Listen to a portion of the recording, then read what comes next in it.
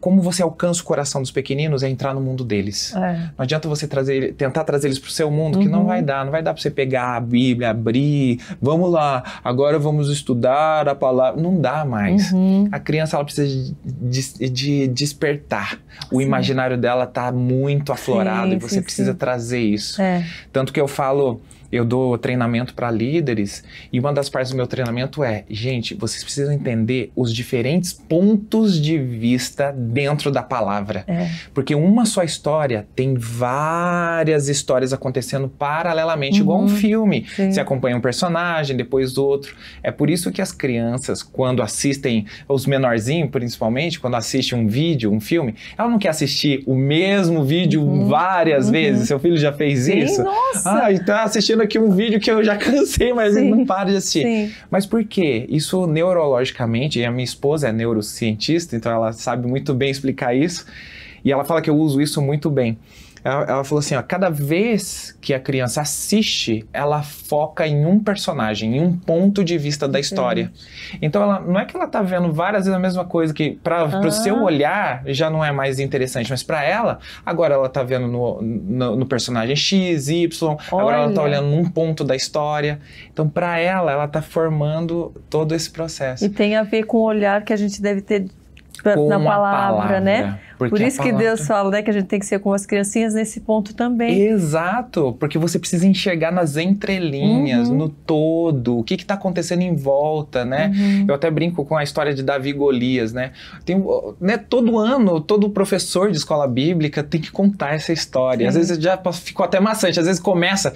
Então hoje nós vamos contar a história de Davi e Golias. Aí já vem a criança e já fala, eu já sei, aquele que matou o gigante e jogou a pedra, e não sei o quê. E fica cheio de spoilers. Até o professor fica assim, não, calma aí. E não, você pode contar essa história na visão do Golias. Sabia que para ele, para o povo filisteu, ele era o campeão, ele era o herói.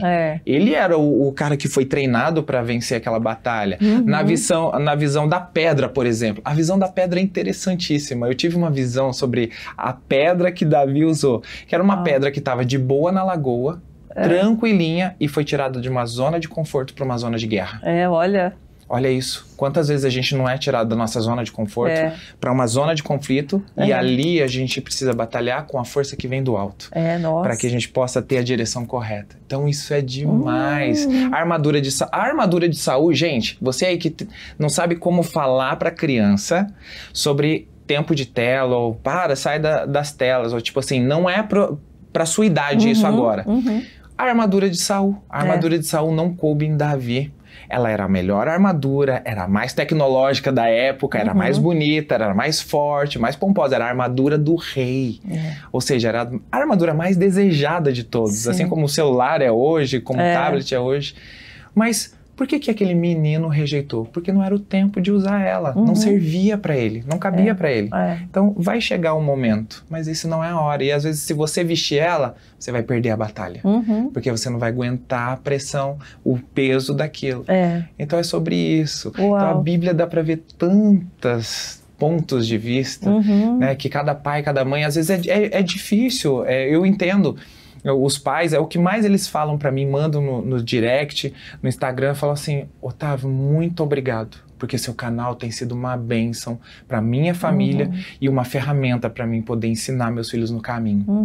Então isso para mim é muito precioso, porque hoje eu sirvo os pais para servir os filhos. Eu sirvo os filhos, porque o meu foco é eles, mas os pais têm usado essa ferramenta fantástica para alcançar. E a Bíblia veio para consolidar esse processo, porque agora está aqui, agora tem um manual de vida que ele ama, ele olha esse leão, é bonito, é atraente, tem vídeos, então isso é muito bom. O canal tem quanto tempo? O canal já tem 8 anos. 8 anos. 8 anos. Antes disso, você já fazia os trabalhos, então? Antes disso, eu já fazia trabalho, trabalho com teatro, já ministrava para as crianças, porque daí, como eu estava falando sobre a equipe de teatro, aí eu pedi a licença para o líder, falei assim, quando tiver agenda batendo, conflitante, com criança e adolescente, me manda para lá. E aí eu comecei a a entrar nesse mundo infantil de uma maneira muito especial. Sim. Então, desde a minha adolescência eu já faço isso.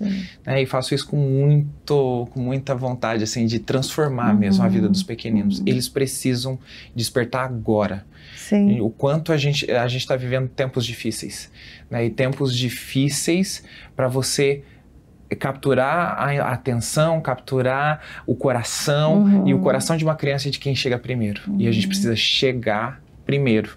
E eu tô ali, em todo o meu esforço, com todo o meu carinho, meu amor, passando informação. E olha que eu não fico assim, criancinha, não sei o quê. O meu papo é bem reto, eu falo bem sério, e isso é legal, porque é difícil você ver um homem fazendo o que eu faço. Geralmente são as mulheres que assumem mais esse papel, né? Você vai na igreja, é as tias do departamento infantil.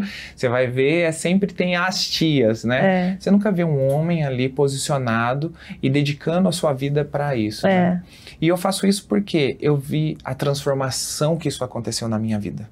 A minha vida, por conta de ter uma vida caminhando no caminho do Senhor, ela foi uma vida diferente dos meus amigos de escola, que eu sofria pressão também, isso sofria que eu ia perguntar, se você chegou a passar por esse preconceito, bullying, se você se sentiu peixinho fora d'água. Muito.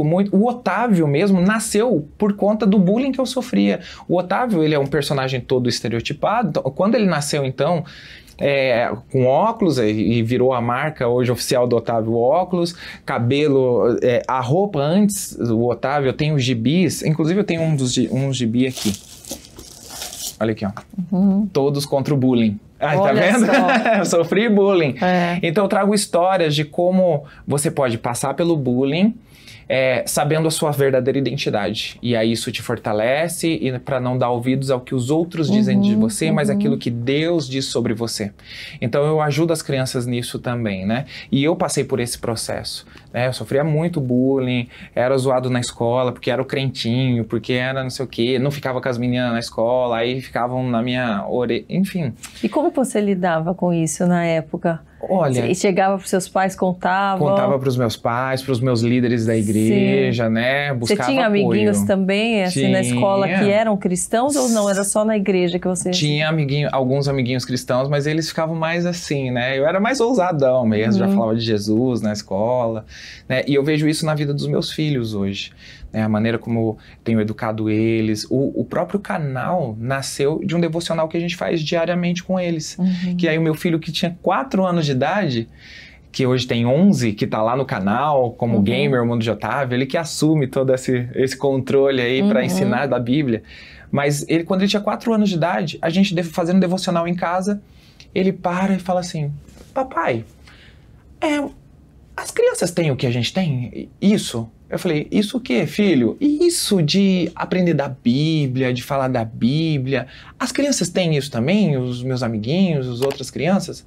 Eu falei assim, filho, de verdade, infelizmente, os pais ainda não entenderam o quanto é importante isso na vida dos filhos. Vocês têm o privilégio do papai estar aqui com vocês, mas a maioria não tem. Aí ele ficou assim, ó... E não tem como a gente ajudar eles? Ai, que bonitinho. Desse jeito, 4 aninhos. Falava até errado. Você vê os primeiros vídeos lá do canal, ele fala tudo erradinho, assim. Aí eu falei assim, filho, como que a gente vai fazer isso? São muitas crianças, não tem como papai ir na casa de todo mundo. Aí ele ficou assim, de novo, assim, pensando. Aí ele falou assim, e se a gente gravar os nossos devocionais e jogar na internet? Gente do céu, eu ouvi a voz de Deus através da vida do meu filho, falando pra mim, me dando um recado. Que aquilo brilhou na minha mente, assim, falou assim, é isso. Vamos gravar os nossos devocionais, vamos conversar de criança para criança, vamos ensinar a Bíblia na internet. E aí a gente pode alcançar outras crianças e ajudar. E aí, olha só, a visão de uma criança tão pura e simples nos trouxe até aqui. Gente. De uma maneira tão especial. Então, por isso que eu tenho assim, esse carinho, esse olhar pelas crianças, né? Eu vejo o quanto meus filhos já dão frutos. Né? O meu filho mais velho que está aqui, ele já tem livro publicado, inclusive está aqui o livro dele também.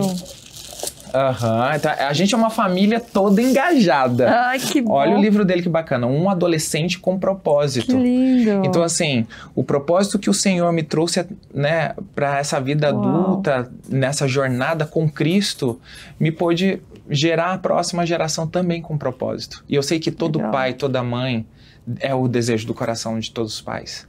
É que os filhos cresçam com propósito. E principalmente com um propósito que o Senhor escolheu para eles. E isso começa na infância, não é no adulto que vai encontrar, não é na adolescência, que daí todo mundo fala, a fase é da aborrecência. Eu já acho o contrário, é a fase de crescimento, é a fase de amadurecimento do adolescente, mas é a fase que ele já mostra os seus frutos. Então eu falo que é a fase da frutificação. Eu tenho vivido com os meus filhos essa fase. Eu tenho colhido bons frutos na adolescência dos meus filhos, por aquilo que eu já plantei desde quando eles eram pequenininhos. A minha pequenininha, eu leio a Bíblia para ela desde a barriga. E ela é uma preciosa, ela tem só 9 meses de idade. Mas já vai se familiarizando, né? Já vai. Eu já pego a Bíblia, já aponto assim, ela já olha, tem uma Bíblia coloridona para ela, assim, ela já vê, assim. Então, assim, é muito legal. Ela já sabe que aquele é o momento da Bíblia, que aquele é o momento de contar a história. E aí já vou linkando aquilo com a vida.